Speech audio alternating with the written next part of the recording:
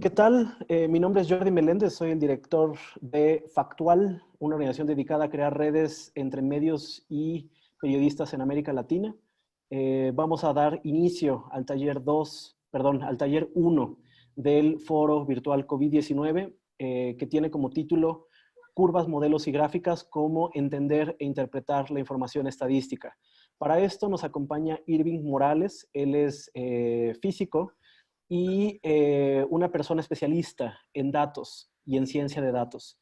Entonces, en los próximos minutos vamos a estar compartiendo y aprendiendo con Irving sobre cómo entender las curvas, cómo entender estos modelos, cuál es la relevancia de esta información estadística y cómo desde el periodismo científico, poder comunicarlo a nuestras audiencias. Entonces, dicho eso, Irving, pues simplemente agradecerte nuevamente que nos acompañes y empezamos. No, Jordi, al contrario, gracias a ustedes, gracias por invitarme. Y pues muchas gracias por el valor que tienen de hacer este tipo de foros, en este tipo de coyunturas en donde pues, el tsunami de información es absurdo, es ridículo, nos traga a todos, no tenemos ni siquiera idea de dónde agarrarnos, qué es real, qué no es real. Entonces, hacer este tipo de cosas en esta coyuntura creo que es súper importante y son, desde mi punto de vista, las cosas que hacen la diferencia, ¿no? Entonces, bueno, dado que tenemos poco tiempo, vamos a empezar con el taller.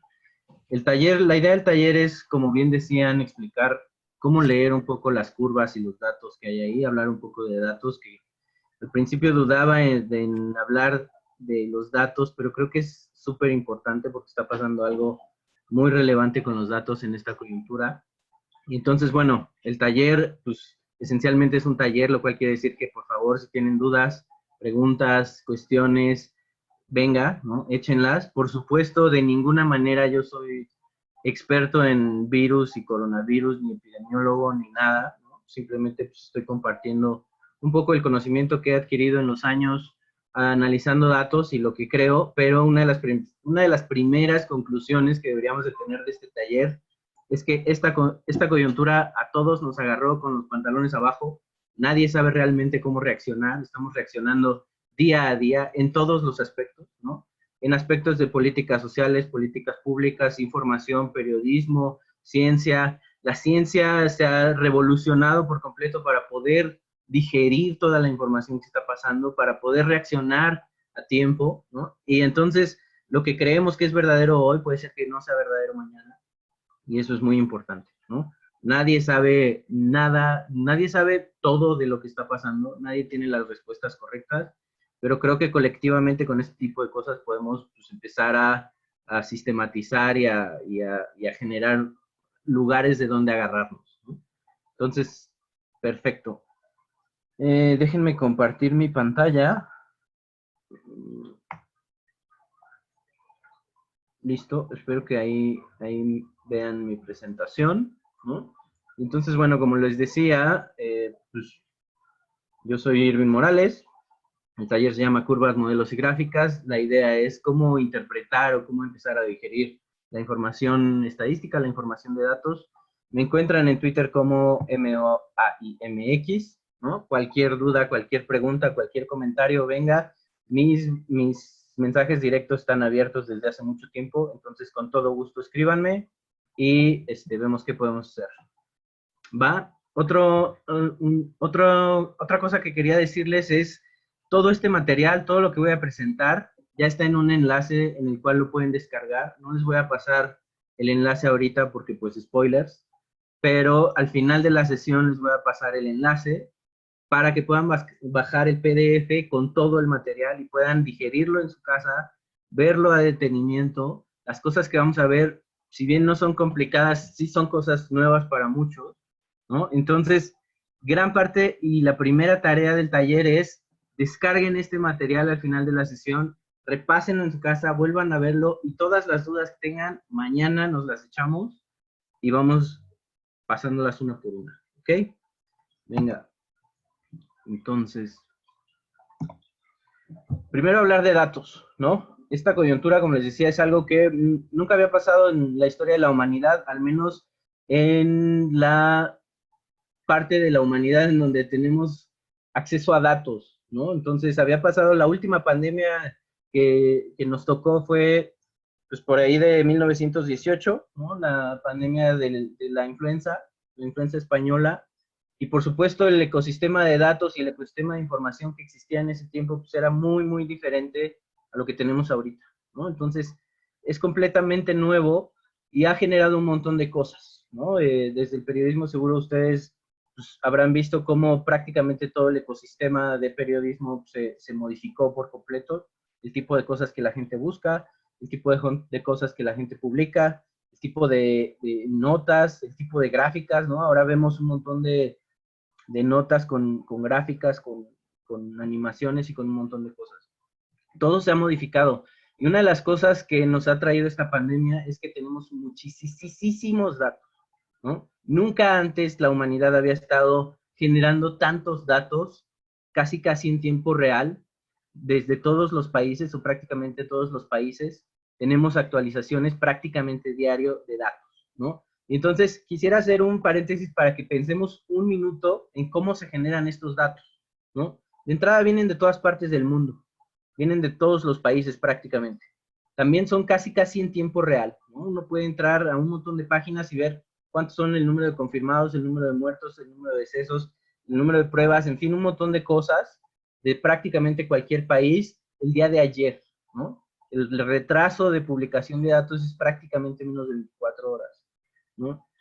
Ahora, ¿cómo se recolectan estos datos? En cada país tienen diferentes técnicas de medición, ¿no? Y esta es una de las principales cosas en donde tendríamos que estar poniendo atención. No se recolectan datos de la misma manera en México que en Estados Unidos, en Italia, en España, ¿no? Y mentalmente y en las páginas y en los agregadores de datos que tenemos, lo estamos mezclando todo, estamos homogenizando todo de una forma quizá correcta, quizá incorrecta. Ahorita vamos a hablar de eso, pero de entrada todo esto viene de diferentes técnicas de medición, de diferentes procesos, ¿no? También es importante pensar que los datos que se están generando son totalmente para públicos diferentes, ¿no? Hay datos que se están generando para la parte científica, hay datos que se están generando para generar políticas públicas, para atajar la pandemia, para comunicar, para informar, para hacer páginas web. Entonces tenemos un abanico de datos impresionante, y no solo eso, sino muchos son datos súper complejos, súper complicados, y otros son datos súper simples, y todo está mezclado, ¿no? Entonces lo agregamos y homologamos sin pensar en lo que hay detrás, ¿no? ¿Qué hay detrás? Los datos se agregan desde diferentes unidades. Piensen qué pasa en cualquier país del mundo para generar datos. Recuerden, estos datos se generan día con día tenemos la actualización de cuántos confirmados hay en un país. Al menos en México, en mi país, hay 120 millones de habitantes, ¿no? Con 32 estados, con casi 2.500 municipios, con un montón de clínicas que están recibiendo casos, y homologar esos datos diario, ponerlos en una base y que esté la base limpiecita y lista para usarse, debe de ser una tarea formidable, ¿no? Formidable.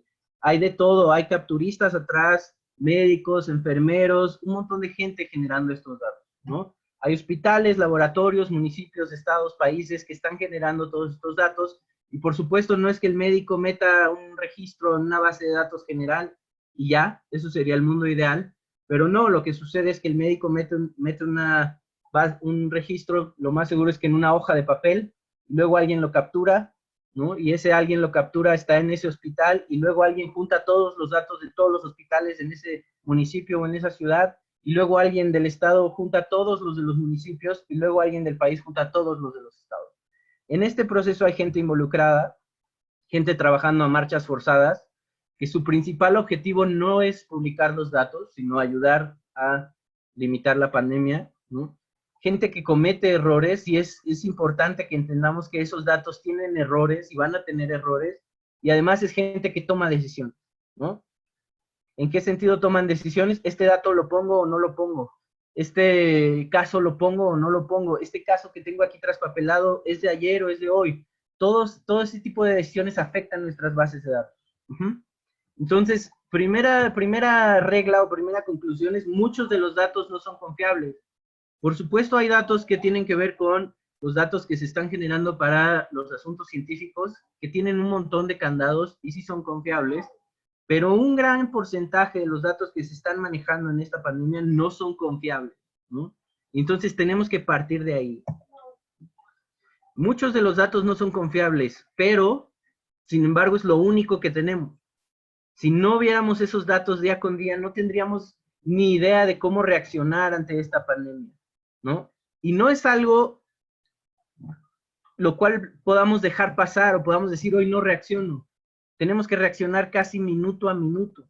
Entonces, aunque estos datos no son confiables la mayoría y tienen un montón de sesgos y errores, tenemos que aprender a lidiar con esos sesgos y con esos errores, ¿no?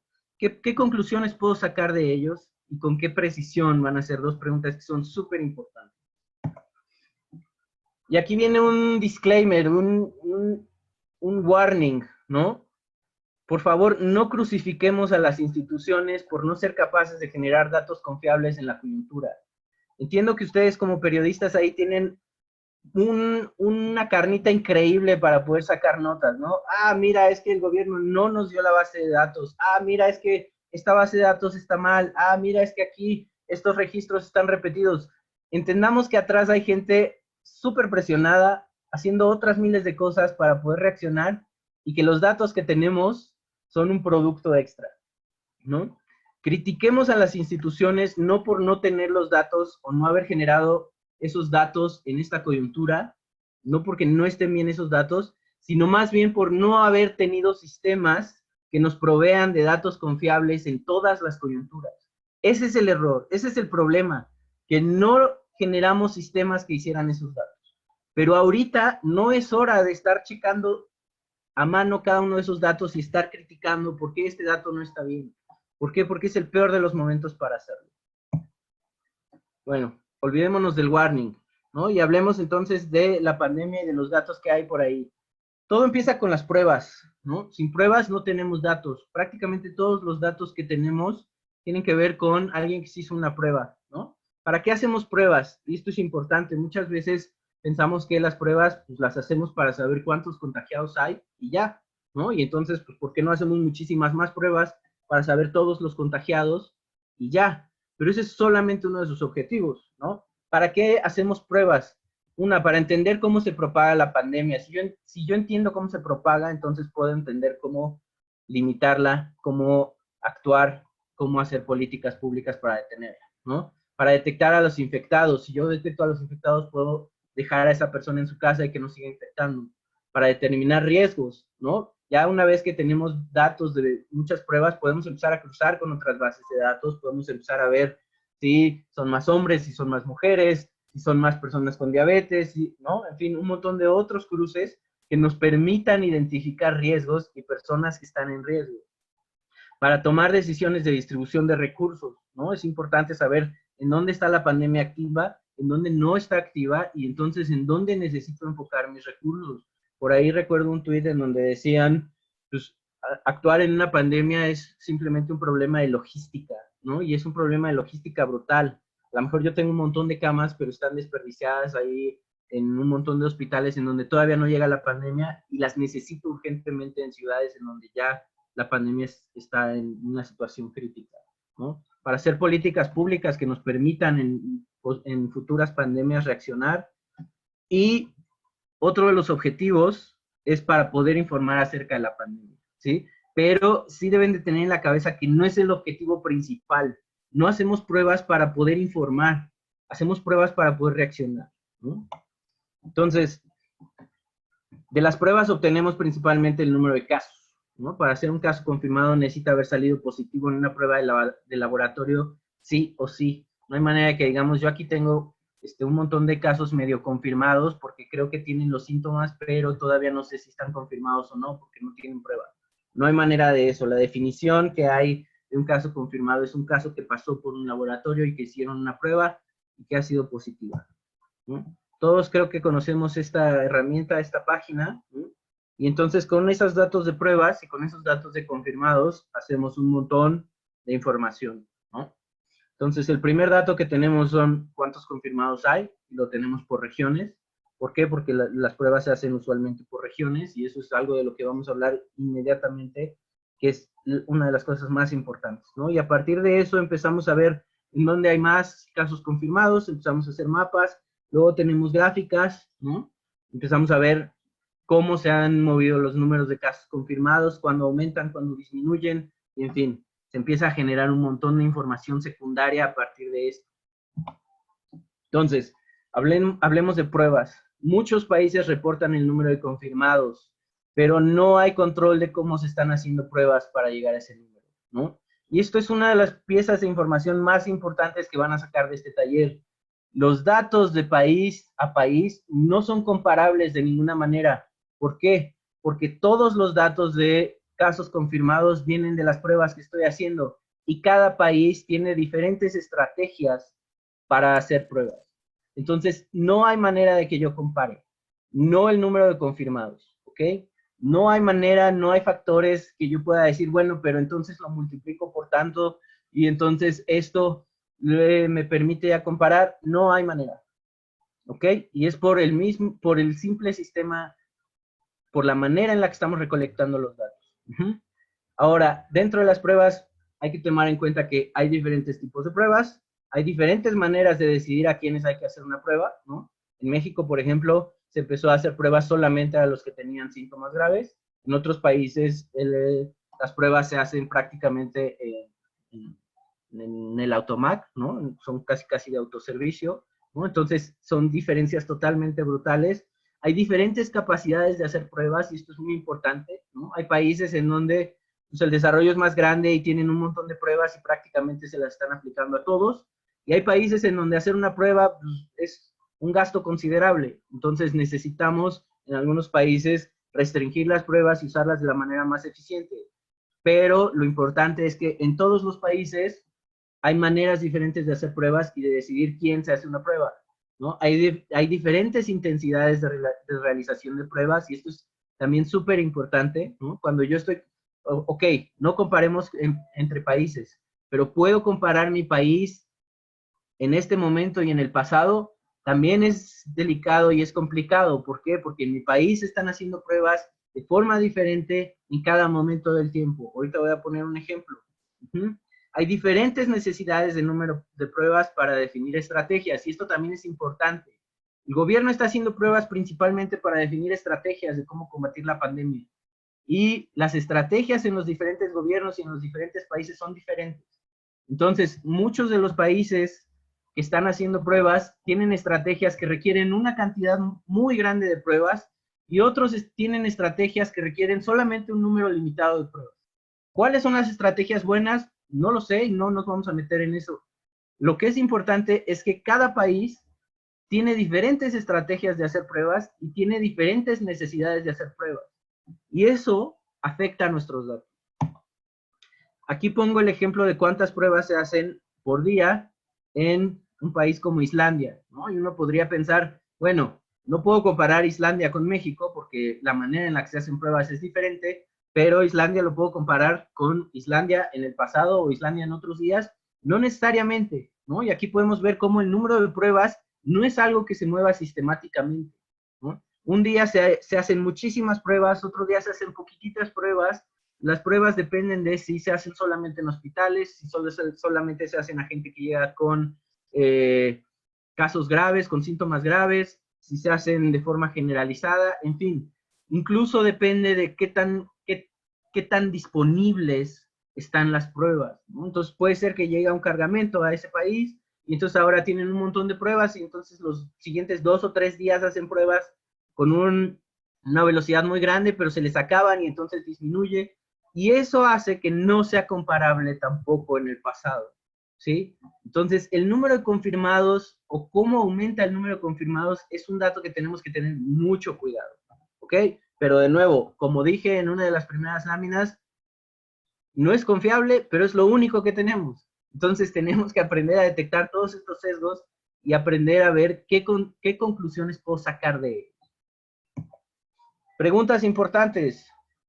Cuando estamos hablando de pruebas, ¿en tu país se reportan el número de pruebas o el número de personas a las que se aplicaron las pruebas? Es diferente. ¿Por qué? Porque puedo tener personas en donde aplican una prueba y pues, no sale positiva, ¿no? Pero luego le aplican otra prueba y si sale positiva, ¿no? Entonces, el número de pruebas no necesariamente tiene que ver con el número de casos, ¿no? Hay muchos países que están reportando casos, pero hay muchos países que simplemente están reportando pruebas hechas, pruebas positivas, ¿no? Se reportan casos positivos, la mayoría están reportando casos positivos, pero una pregunta sería, ¿estamos reportando también los casos negativos, los casos pendientes?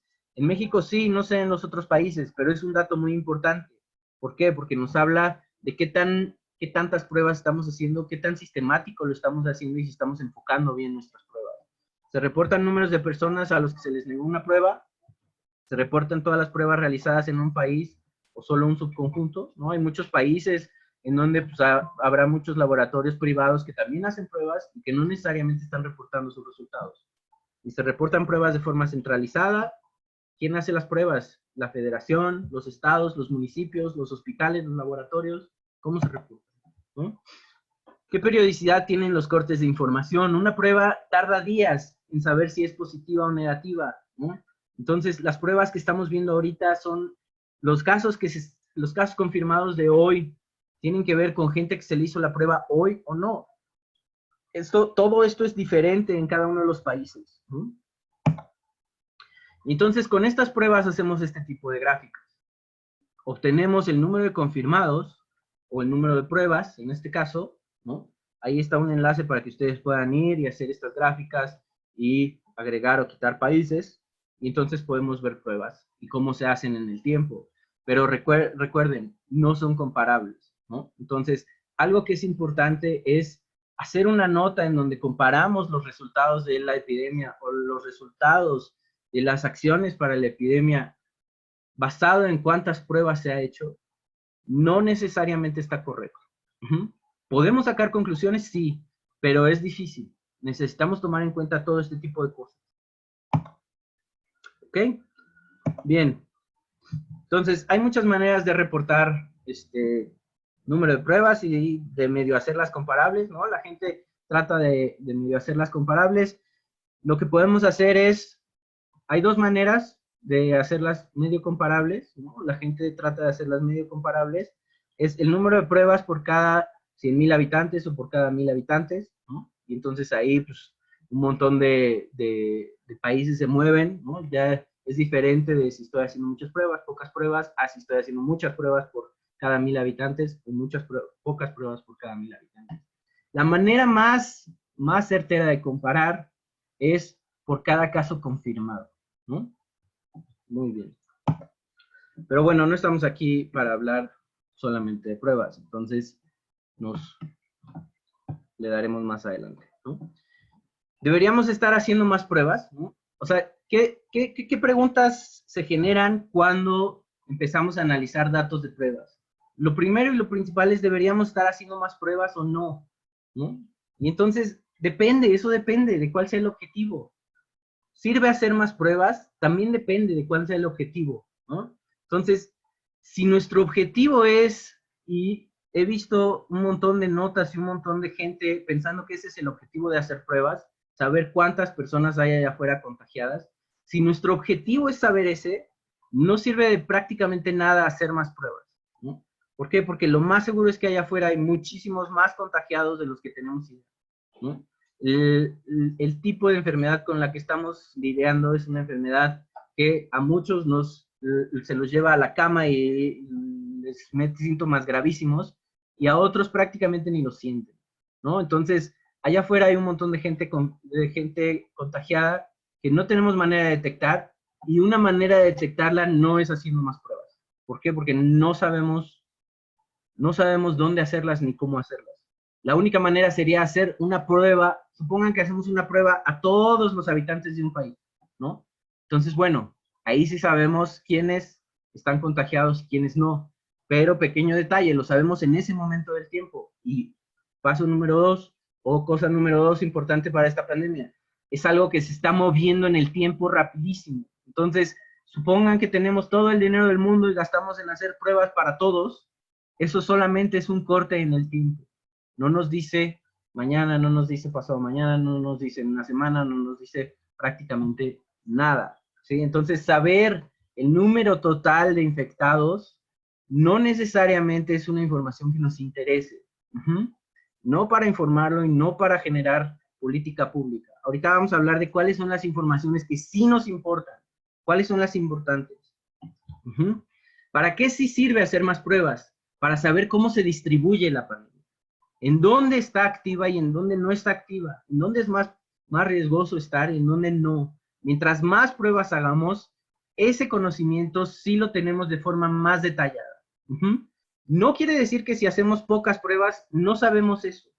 Sí lo sabemos, pero conforme hacemos más pruebas, los rangos de error en ese conocimiento se vuelven más pequeños y entonces tenemos mayor precisión.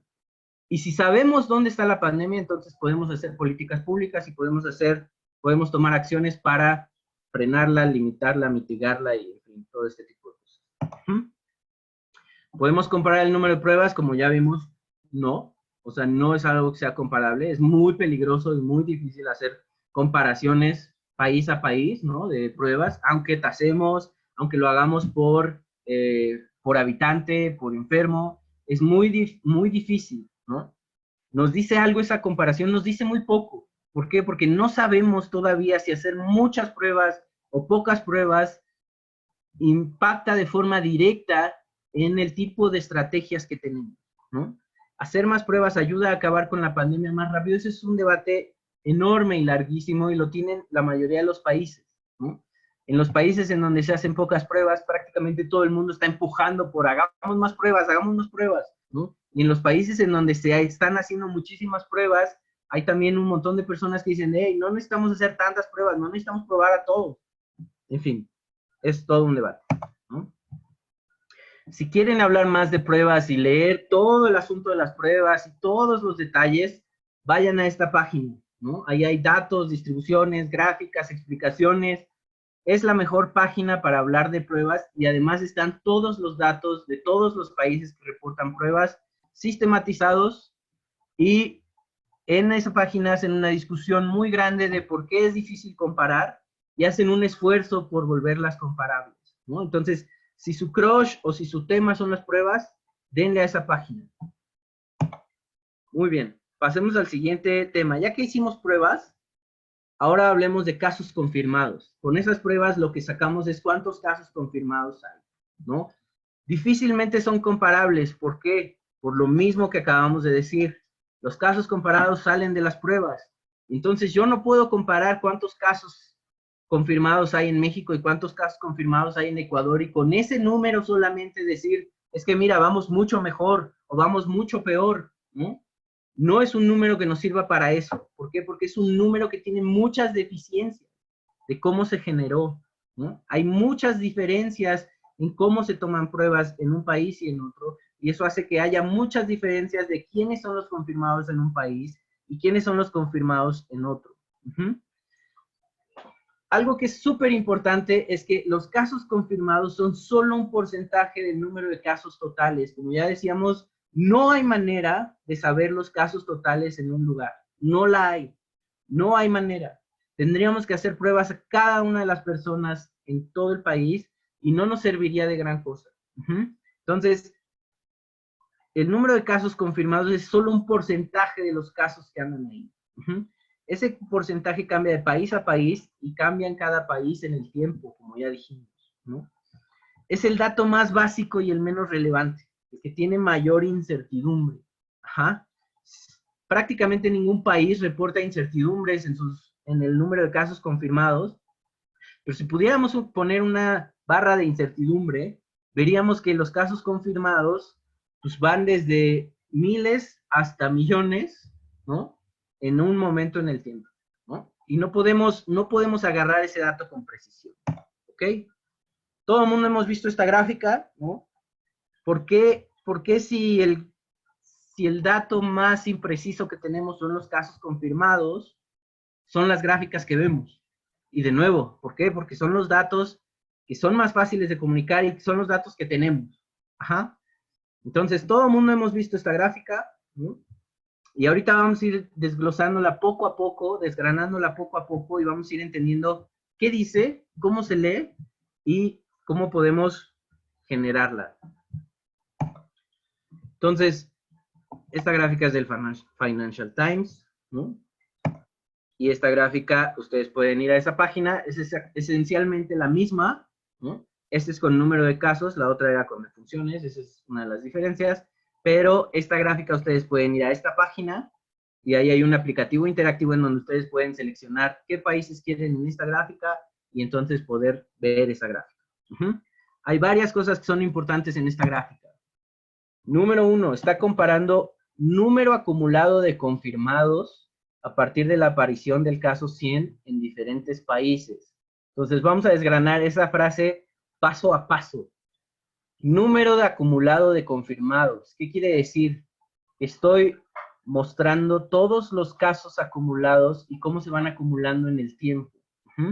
Entonces, si regresamos a nuestra gráfica, podemos ver que abajo, en este eje, no sé si ven mi cursor, pero en el eje de las X, ¿no?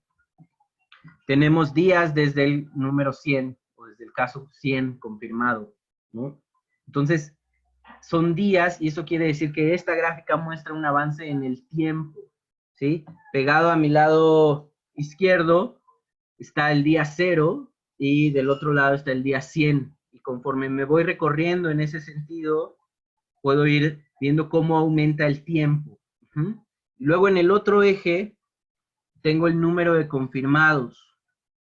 Si se fijan, aumenta de forma extraña, ¿no? Ahorita vamos a hablar de eso, de las coordenadas logarítmicas, de por qué las usamos, ¿no? Pero lo que importa ahorita es que ahí tengo el número de confirmados y entonces pueden seguir cualquiera de las gráficas, creo que la de Estados Unidos es más fácil, ¿no? Y pueden ver cómo el número de confirmados aumenta con el tiempo.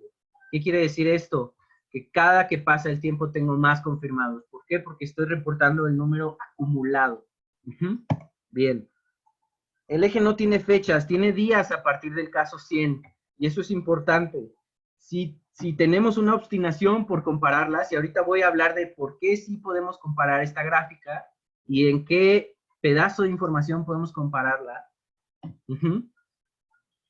tenemos que ajustarla a que todas empiecen en el mismo número de casos y en el mismo día. ¿Por qué? Creo que aquí me sale un mensaje del chat. Bueno, si tienen preguntas, por favor, adelante. Porque el chat no lo tengo muy presente. A ver. Sí, hay un montón de preguntas. A ver, detengamos un... Lo que te sugiero es, si quieres, cierra este bloque y después vamos tomando algunas preguntas, si estás de acuerdo. Va, buenísimo. Acabemos de describir la gráfica y entonces tomamos preguntas, ¿ok? Entonces, esta gráfica no tiene fechas abajo, tiene días, y eso es importante. ¿Por qué? Porque el caso 100 en algunos países se dio hace 2 meses, y en algunos países apenas se está dando, ¿no? Y entonces, si yo las grafico solamente con fecha, pues no son comparables. ¿Por qué? Pues porque sería muy injusto compararme, yo ahorita comparar Panamá con la situación actual de Italia, ¿no? Sería totalmente injusto. ¿Por qué? Porque Italia prácticamente ya va de salida, ¿no? Y en la mayoría de nuestros países, en Latinoamérica, pues estamos apenas subiendo esa curva, ¿no? Ok. Entonces necesito hacerlas todas jaladas al mismo día y a partir del mismo número de casos. ¿Por qué a partir del caso 100? Podríamos decir, ¿por qué no lo hacemos desde el caso 1? Hay 2 razones, ¿no? Para la mayoría de los países no tenemos caso 1. En muchos países se dio, ¿qué creen? Ya hay confirmados de COVID y tenemos 8, ¿no? Y entonces, bueno, ese dato 1 es difícil de agarrar. Y no solo eso, sino para la mayoría de los países, cuando empezamos a detectar casos confirmados, lo hacíamos porque pues, teníamos muy pocas pruebas, porque había todavía mucha incertidumbre en las metodologías que seguíamos, ¿no? Y entonces, ese pedacito de gráfica, del caso 1 al caso 100, tiene un montón de incertidumbre, ¿no? Tiene un montón de saltos y un montón de cosas. Cuando ya vamos en el caso 100, ya empezamos a tener sistemática de cómo detectarlos, y entonces ya las curvas empiezan a tener menos fluctuaciones, menos incertidumbre, ¿va? Ok. Luego hablemos de la escala semilogarítmica, ¿sí? ¿Por qué estas gráficas se reportan en una escala logarítmica. Todo el mundo, no sé si alguno de ustedes estaba pendiente de las discusiones cuando apenas todo esto empezaba, pero en los círculos de visualización de datos se discutió muchísimo si teníamos que usar una escala logarítmica o no. ¿Qué es una escala logarítmica? En el eje de las X, ¿no? En el eje de abajo, podemos ver que, pues, ¿sí alcanzan a ver los cuadros? ¿No? Entonces, los saltos en el eje 0, 20, 40, 60, 80, 100. ¿Qué quiere decir eso? Que los saltos son equidistantes, son homogéneos, ¿no? Entonces, entre cada uno de los números yo tengo la misma diferencia. Tengo 20, ¿no? 40 menos 20 es 20, y 60 menos 40 es 20. En el otro eje, tengo una situación completamente diferente. Los saltos es el número de ceros que tengo. Entonces, el número de hasta abajo dice 100, y luego el siguiente salto dice 1000, y ese pedacito, en el segundo salto, es equivalente de ir a 1000, desde 1000 a 10,000, y luego en el otro es equivalente de ir de 10,000 a 100,000, y luego de 100,000 a 1,000,000. Y ahorita vamos a hablar de por qué usamos esta escala, pero lo importante es que esta escala nos sigue mostrando casos, no nos está mostrando una cantidad esotérica ni nada, nos sigue mostrando casos, simplemente los está mostrando de forma diferente. ¿Por qué? Porque esto crece tan rápido, y ahorita vamos a hablar de cómo crece, que tenemos que mostrarlo así. ¿Ok? La parte más importante de la gráfica está en las anotaciones. ¿Qué son las anotaciones? Tenemos varias, ¿no? Por ahí vemos los nombres de los países, esa es la obvia, ¿no? Y ese es importante. Pero atrás alcanzan a ver unas leyendas que dice every 10 days, ¿no? Cada 10 días, cada 5 días, cada 3 días, cada 2 días, cada día. Y si se fijan, cada una de esas leyendas está sobre una línea punteada que es recta. Y entonces, ese pedazo de información es el más importante. Y ahorita vamos a hablar de por qué. La información importante no es el número de confirmados, es la velocidad con la que crecen. Lo que podemos comparar en esa gráfica no es el número de confirmados. De nada sirve decir, es que mira, aquí en Italia hay 2 millones de confirmados y aquí en México hay 20. Entonces vamos mucho mejor. Eso no es lo que tenemos que comparar. Lo que tenemos que comparar es la velocidad, ¿no? Entonces, bueno, antes de entrar a lo de los crecimientos y todo eso, para describir mejor esa gráfica, respondamos preguntas, ¿no? Veamos el chat. Entonces, perfecto. ¿Se sabe si los datos se reportan con un ID anonimizado de usuario para México? Para México empezaron a reportarlo con un ID único, anonimizado, pero no sé para el resto de los países. Ahora, para el caso de México, rapidísimo, tiene muchos problemas este ID, ¿no? Los que se han metido con los datos pueden ver que tenemos casos que desaparecen, ¿no? Entonces, conforme esta base de datos va creciendo, ningún caso debería desaparecer, pues se les da seguimiento a todos. Y de repente tenemos días en donde un caso ya no lo reportaron, no sabemos por qué, ¿no? Entonces, aguas ahí con los IDs anonimizados. Es importante, por supuesto. ¿Cuál es tu opinión sobre manejar estadística casos confirmados por COVID entre población? Ahorita vamos a hablar de eso, y si lo recuerdo, hay un detalle que es importantísimo ahí. Spoiler, no es tan importante, ¿no? No es tan importante hablar de población, al menos en estos momentos de la pandemia y con los casos confirmados. Pero ahorita vemos por qué, ¿no? ¿Qué variables afectan la recolecta de los datos confirmados? Ya todo lo que hablamos de que afecta a hacer pruebas, afecta a los datos confirmados. ¿Por qué? Porque los datos confirmados siempre son una prueba positiva, siempre. No hay manera de que no lo sea. Entonces, la manera en la que hacemos pruebas afecta un montón a la manera o a los datos que tenemos como datos confirmados. Y eso es diferente en todos los países, y en muchos países, adentro de los países, es diferente en cada estado y en cada municipio, ¿no? Entonces, es un verdadero cagadero. Aguas ahí. ¿Cómo se podría hacer un reporte de incertidumbre? ¿Cuál es la relevancia de reportarla? ¿Cómo se podría hacer un reporte de incertidumbre? Quizá en este taller no tenemos como el tiempo para meternos en ese asunto. Quizá mañana podemos hablar un poco de eso.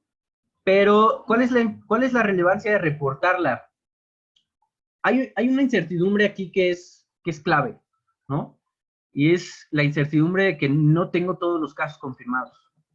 Entonces, si bien no es necesario ponerle barras de incertidumbre y todas estas estrategias que tiene la gente para reportar la incertidumbre, sí es importante que en las notas se vea reflejado que lo que estamos reportando como casos confirmados, de ninguna manera son los casos totales. Ese es el pedazo de incertidumbre más grande y eso es lo que nos ha estado afectando durante las últimas 3 o 4 semanas, ¿no? Es un pedazo de información que nos ha costado a todos muchísimo trabajo digerir. Entonces, aguas ahí con eso, ¿no?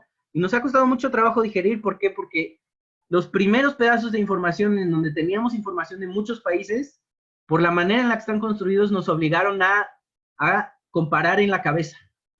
Y entonces, cuando comparamos en la cabeza, todo el tiempo estamos pensando que los casos confirmados son los casos totales en ese país. Y no es cierto, ¿no? Entonces, quieren hacerle un favor a sus lectores, reporten al menos esa incertidumbre, ¿no? Reporten que los casos confirmados de ninguna manera son los casos totales y que no hay manera de acercarnos a los casos totales. ¿Por qué la comparación se tiene que hacer a partir del caso 100? No se tiene que hacer a partir del caso 100. Hay muchos lugares en donde se hace a partir del caso 1000, a partir del caso 10,000, a partir del caso 1, pero ya dijimos por qué a partir del caso 1 es medio difícil, ¿no? Si se hace esta misma gráfica, pero para defunciones, entonces esperar a 100 defunciones, pues deja un montón de países allá afuera, y pues, las de defunciones se hacen usualmente a partir de la defunción 10, defunción 5, en fin, se puede agarrar la que sea.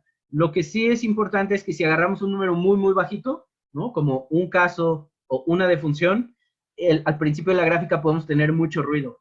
Entonces la gente ocupa 100 o 1000 para quitar ese ruido. ¿Ok? Proyecto de datos COVID, Cuba Data, se trata de un trabajo, ok, creo que ese es más bien un anuncio. Suena interesante, lo checo al ratito. La comparación a partir de 100 casos tiene que ver con el cálculo per cápita. No, se puede hacer esa misma gráfica per cápita, pero no tiene mucho sentido. Ahorita hablamos de por qué. En este tsunami de información existen algunos criterios para considerar que alguna data es más confiable que otra. Sí, pero es difícil, ¿no? ¿Por qué? Porque tendríamos que meternos a cómo está reportando cada país, ¿no? Entonces, eso es importantísimo y tendríamos que meternos a cómo están haciendo pruebas cada país, qué tipo de estrategias, ¿no? Entonces, si se quieren meter ahí, sí es posible, pero implica un montón de chamba, ¿no? ¿Qué datos deberíamos priorizar? Ahorita vamos a hablar de cuál dato es el más importante, ¿no? En México ahora tenemos la cifra de casos activos, la cual se actualiza cada día. ¿Hay forma de obtener cuántos casos recuperados hay? ¿Qué tan seguro es que hagamos la resta por nuestra cuenta de las muertes y los casos activos menos? Ahorita vamos a hablar de casos activos y allá a México le tengo guardado un hilo en Twitter que he estado esperando el tiempo necesario para poder rantear en Twitter acerca de esto, porque los casos activos que está reportando México no tienen prácticamente nada de sentido, ¿no? Entonces, si nos da tiempo al ratito o mañana hablamos de casos activos, que desde mi punto de vista es el dato más importante y no se está reportando bien, al menos en México. Creo que en otros países sí, pero en México no. ¿Y Cuba Data es un espacio? Ah, perfecto. Bien. Se entiende que cada país maneja unas estadísticas internas muy diferentes que la data brindada por los gobiernos, sobre todo en Latinoamérica. Entonces, ¿es ético seguir mostrando datos que parecen falsos? No son falsos, ojo. Es diferente falso a impreciso, ¿no? Y creo que qué bueno que salió esta pregunta porque es bien importante. Los gobiernos muchas veces no publican buenos datos o publican estos datos no porque estén ocultando cosas. Bueno, habrá algunos que sí, supongo. Pero la mayoría no lo hacen por eso. Lo hacen porque la coyuntura es tan grande que es muy difícil generar datos confiables, ¿no? Entonces, no es que sean datos falsos, son solamente datos imprecisos. ¿Y vale la pena seguir reportando sobre estos datos falsos? Sí. Sobre estos datos imprecisos, sí. ¿Por qué? Porque es lo único que tenemos, ¿no? Entonces, en vez de decir, no, pues es que si todos los datos no funcionan, pues entonces, ¿para qué me meto a eso y hago mis notas de otras cosas? Aprendamos qué tipo de sesgos tienen estos datos y cómo reportear acerca de estos datos, ¿va? ¿Sabes si hay una API para jalar los datos para México? PDF no es un buen formato para análisis. Sí, sí la hay. Bueno, hay enlaces a CSVs y para aquellos que buscan APIs y cómo jalar datos, mañana no nos vamos a meter a nada de programar, no es el objetivo del taller, pero mañana les puedo dar un enlace a los códigos que yo estoy haciendo para poder descargar estos datos de forma automática en Python, ¿va? Ahora, hay muchas APIs, en especial la de John Hopkins, también se las puedo dar mañana, en donde, pues, literal, pues, tú le das consumir a la API y vienen los datos de todos los países, ¿va? ¿Cuál es la importancia de desagregar los datos? Eso es súper importante y creo que vamos a hablar de eso mañana un poco. Pero ¿por qué desagregar los datos? Esencialmente por la razón que decíamos de cómo se hacen pruebas diferentes. Sí, imagínense qué pasaría si ahorita solamente tuviéramos la información de cuántos confirmados hay en el mundo. Pero abajo está todo el cagadero de que toda la gente está midiendo de forma diferente, ¿no? Lo mismo pasa en continentes, lo mismo pasa en países. En México, por ejemplo, podríamos tener la información de solamente los casos confirmados en México, pero resulta ser que un estado mide de forma totalmente diferente a otro, ¿no? Entonces, por eso es importante tener datos desagregados. Bien. No es el objetivo programa. Oh, yo quería. Ok. Creo que podemos hacer otro taller en el futuro para programar y hacer estas gráficas, pero les prometo que mañana les pongo enlaces a mis códigos, ¿no? Y ahí a mis repositorios de GitHub donde estoy generando todas estas gráficas, ¿va? Buenísimo. Bien. Perfecto. ¿Cómo vamos de tiempo? Nos quedan aproximadamente 20 minutos para esta primera sesión, Irving. Buenísimo. Entonces, hablemos un poco de crecimiento lineal, crecimiento exponencial y ese tipo de cosas. Aquí es en donde Dorothy se agarra y la casa empieza a volar y entonces empezamos a hablar de matemáticas. No son complicadas, no voy a mostrar ninguna fórmula, pero traten de seguir. Y lo más importante, como bien dije al principio del taller, es al final vayan, descarguen esta presentación y en su casa apunten todas las dudas, todo, y mañana las vemos en los primeros 10 o 15 minutos de la siguiente charla, ¿va? Entonces, crecimiento lineal y crecimiento exponencial. Es importante entender que el COVID o la pandemia es un fenómeno que crece, que se contagia. Entonces, en el tiempo va aumentando.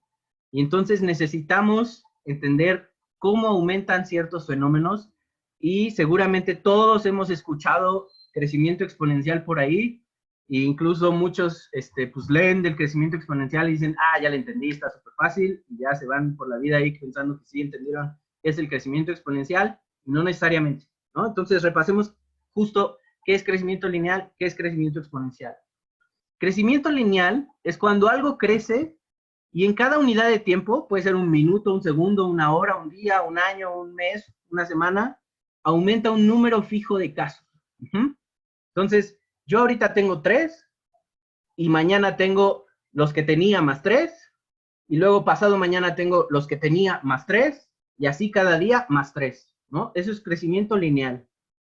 Crecimiento exponencial es cuando en cada unidad de tiempo se duplica o se multiplica el número de casos, ¿no? Entonces, hoy yo tengo 3, pero mañana ya tengo el doble, y luego pasado mañana ya tengo el doble del doble, y así, ¿no? Y entonces, como podrán imaginarse, algo que crece exponencialmente crece muchísimo más rápido que algo que crece linealmente, ¿sí? Pero no necesitan imaginarlo porque aquí vamos a verlo pasito a pasito y detalle a detalle. Entonces, crecimiento lineal. La gráfica es exactamente la misma de la cual estábamos hablando hace rato. Abajo en el eje X yo tengo días y en el eje Y tengo casos, número de casos. Cada cierto tiempo aumenta una cantidad fija A. Y aquí A es igual a 1. Entonces, cada día yo aumento un caso. ¿Ok? Entonces, en el día 0 tengo 0 casos. En el día 1 tengo un caso. En el día 100 tengo 100 casos. En el día 200 tengo 200 casos y así. ¿Va? A me dice la velocidad del fenómeno. Si yo tengo que aumento 1 cada día, mi velocidad es 1. Si A es mayor, si A es 8, yo aumento 8 casos cada día. Y entonces mi gráfica, ¿cómo se ve mi gráfica? Aquí la línea de hasta arriba es la que tiene velocidad 8, A igual a 8. Y si se fijan, para el día 300, yo tengo cerca de 2.500 casos. Si mi velocidad es A igual a 1, yo tengo 300 casos. Entonces, algo que tiene mayor velocidad aumenta más rápido, ¿no? Y ahí es donde todos hacen, duh. Pues sí, pero quiero verlos en el caso exponencial, ¿ok? Lo importante aquí es, si tengo más velocidad, aumento más rápido, tengo más casos. COVID-19 es un proceso exponencial. El crecimiento de personas infectadas es un proceso exponencial. ¿Cómo se ve un proceso exponencial? En un proceso exponencial, el dato importante también sigue siendo la velocidad, pero como decía, no es el número de casos que aumento, sino es el número de casos que se multiplican. Cada cierto tiempo t se dobla el número de casos. Este valor t es lo que se conoce de afuera como el tiempo de doblamiento. Y mañana vamos a ver algunas gráficas ya con datos reales de cuáles son los tiempos de doblamiento para los diferentes países, ¿ok? Pero concentrémonos aquí ahorita. T igual a 1 quiere decir que el número de casos se dobla en un día. Y si se fijan, esta gráfica se comporta completamente diferente a la otra. La otra era una línea recta y esto prácticamente se pega abajo y luego explota, ¿no? Y explota, vaya que explota. Si se fijan en el eje Y, para el día 300, para el día 400, por ahí, ya tengo ese número de casos que es un número extraño que está en notación científica. ¿Qué quiere decir eso? Que es un 3 con 109 ceros. 1000 tiene 3 ceros. 1.000.000 tiene 6 ceros. Ahora, un 3 con 109 ceros es una cantidad brutal de casos. Brutal. En 365 días, en un año del proceso. ¿Ok? Entonces, algo que crece exponencialmente crece rapidísimo, de volada, ¿sí? Si cambiamos a coordenadas logarítmicas, no, esto no he cambiado a coordenadas logarítmicas. Esto solamente me estoy fijando en los primeros 30 días. Aquí me estoy fijando en los primeros 365 días. Y luego aquí me estoy fijando en los primeros 30 días. Y pueden ver, ¿por qué hice esto? Porque en esta gráfica podrán decir, bueno, sí explota, pero pues explota después de un año. Todo lo de abajo es prácticamente plano, ¿no? En todos lados explota, ¿no? Simplemente es por cómo estoy pintando la gráfica, pero todo el tiempo explota. A los 30 días, con una velocidad 1, yo tenía 30 casos en el crecimiento lineal. Aquí tengo un 5 con 8 ceros. Un 5 con 8 ceros es prácticamente 500 millones. Son muchísimos casos, ¿ok? Bien. ¿Qué pasa cuando yo me cambio a coordenadas logarítmicas? Cuando yo me cambio a coordenadas logarítmicas, recuerden, coordenadas logarítmicas solamente es donde pongo las marcas en mi eje. Cuando yo me cambio a coordenadas logarítmicas, un proceso exponencial ya no se ve así, sino se ve mágicamente como una recta, como una línea. El número de casos sigue siendo el mismo. Al caso 5, yo tengo un 10 con un 0. Eso quiere decir 10. Al día 20, yo tengo un 10 con 6 ceros. Eso quiere decir 1.000.000.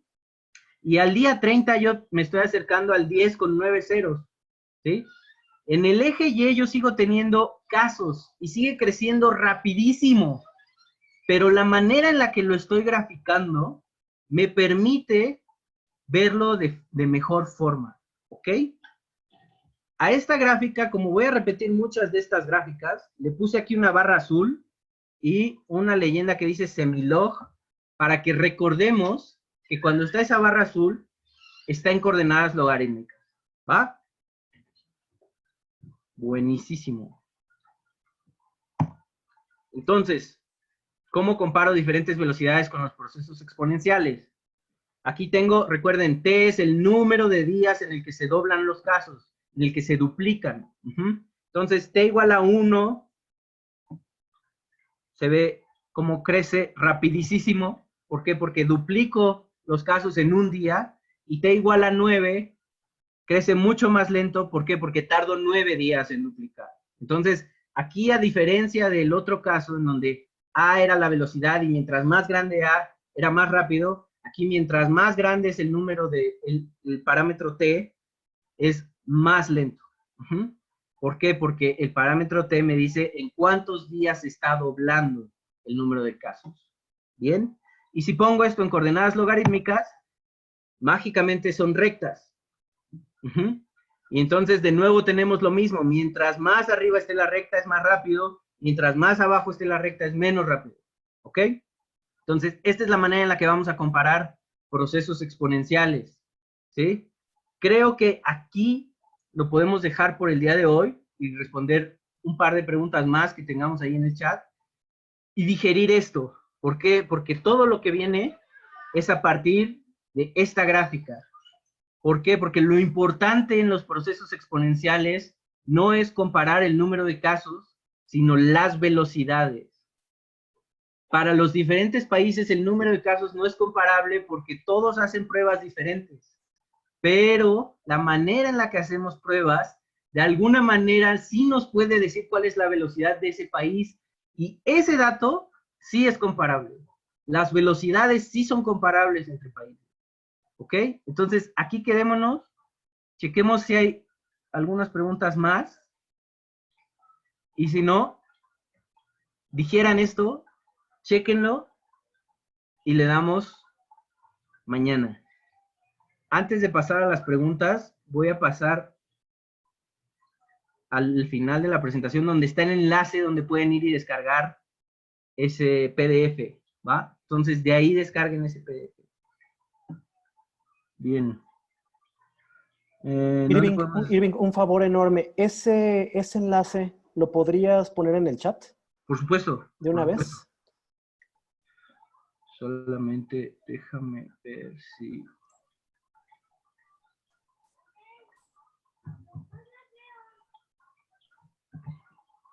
Ese es. Va. ¿En dónde descargamos la presentación? Ahí está el enlace. Dijo que al final... Ah, sí, gracias, tengo que irme. Ok, es grande. Cópialo aquí. Podríamos comentar sobre la importancia del número reproductivo básico. Mañana vamos a entrar de lleno a eso. Ese es justamente el dato que queremos. Lo puedes escribir acá, gracias. Eso, ok. No me quedó muy claro cómo se puede obtener la T, por ejemplo, de una gráfica nuestra. Ah, esa es una pregunta importantísima. ¿Cómo se puede obtener la T? Hasta ahorita lo que yo he hecho es fijarla, ¿no? Ahorita hicimos diferentes procesos exponenciales y a cada uno yo le puse a mano una T diferente. Pero podemos obtener la T y mañana vamos a hablar de eso para nuestros datos, para nuestro país, cuál es la velocidad que tiene. ¿Esto está creciendo rápido o no? Y ese valor sí lo puedo comparar con Italia y España crecieron rápido o no. ¿No? Va. No aparece el enlace. Es que seguro esto tiene protección para spam o algo así, ¿no? ¿Cómo le hacemos, Jordi? ¿Me lo puedes pasar a mí por WhatsApp? Sí, va. Ok. Un minuto y yo se los voy a intentar compartir en el chat de Zoom, ¿va? Va. Buenísimo. Listo. Sí, fantástico. ¿Va? Perfecto. Pues no sé si tengan alguna otra duda. Aprovechemos estos últimos 9 minutos. Irving, si alguien quiere tomar el micrófono, abrir y poner su cámara para hacer alguna pregunta o algún comentario. Tenemos poquitos minutos. Si gustas quitar ya el compartir pantalla. Va, buenísimo. Listo.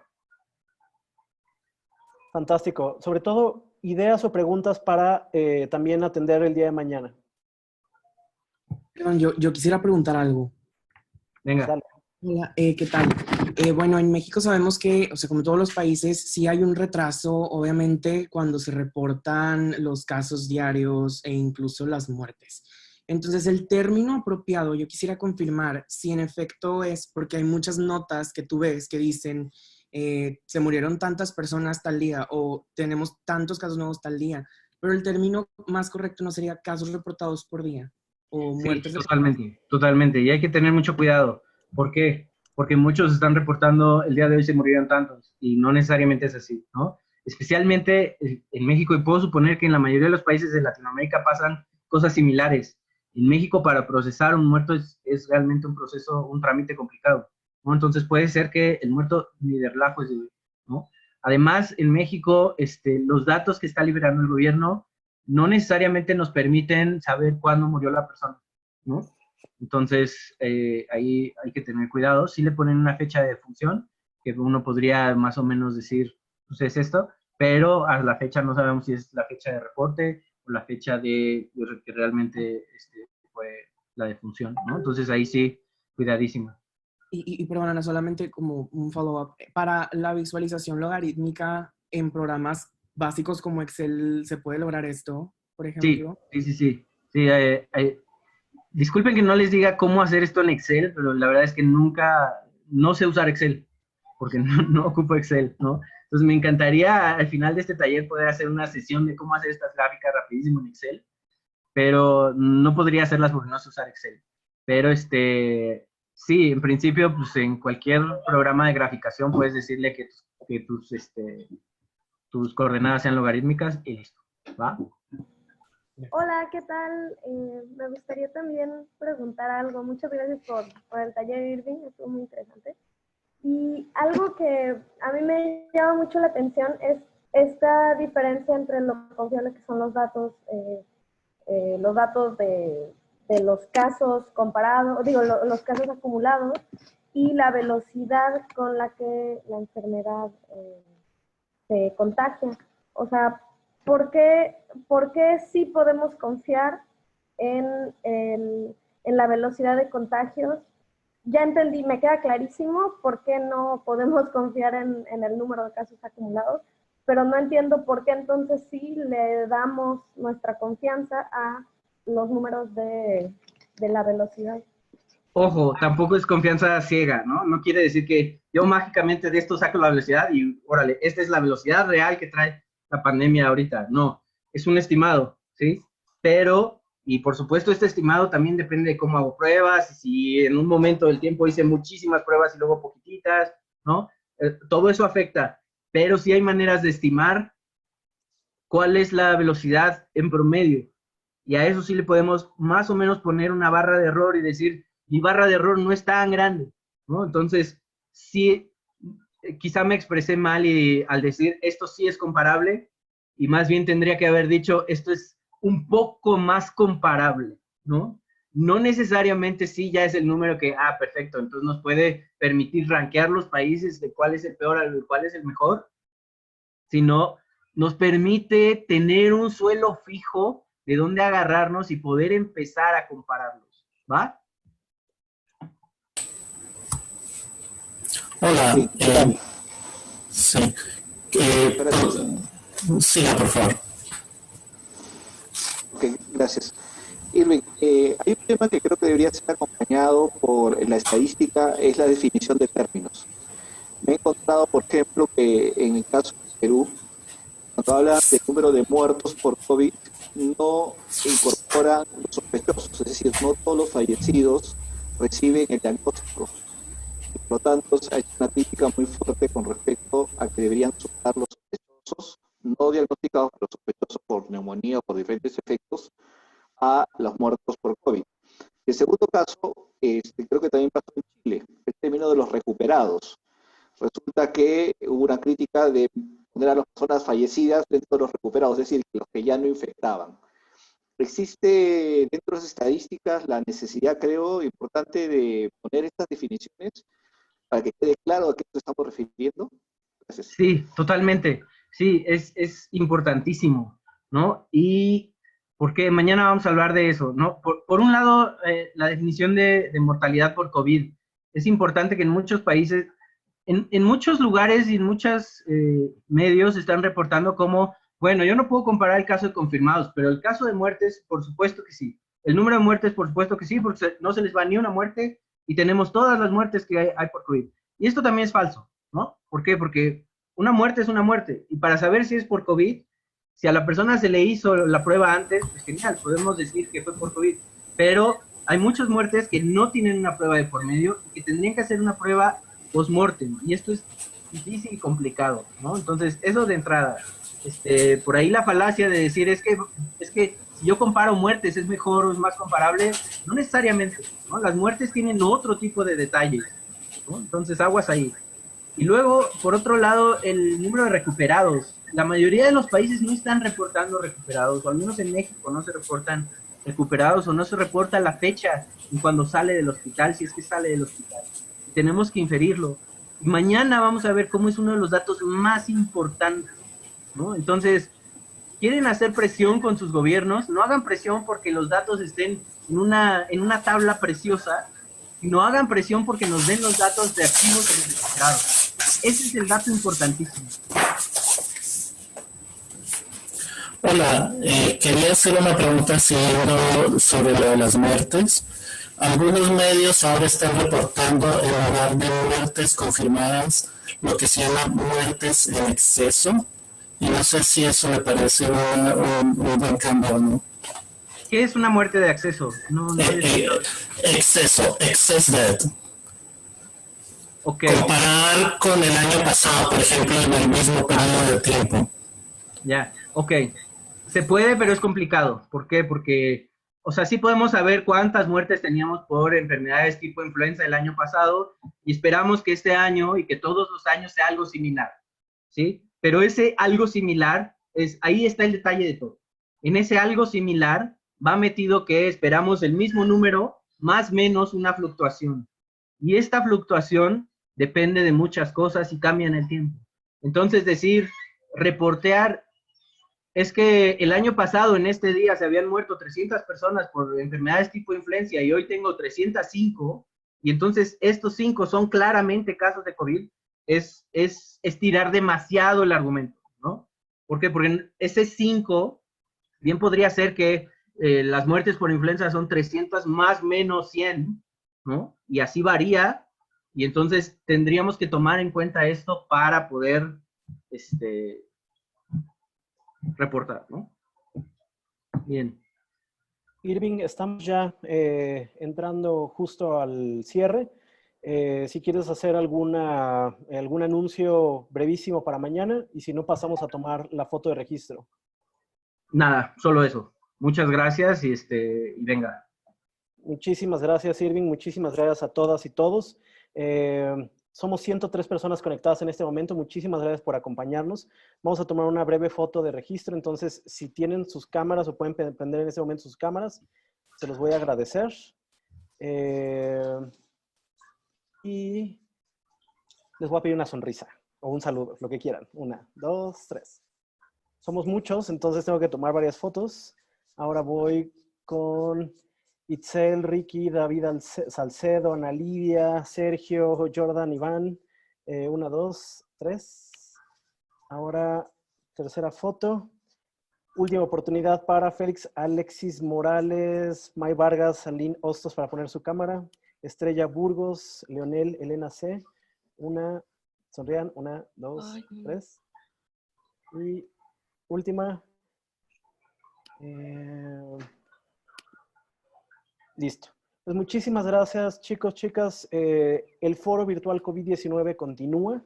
Si se registraron, sepan bien que los links están llegando solamente a las personas que se registraron en cada una de las sesiones. Hubo registro sesión por sesión.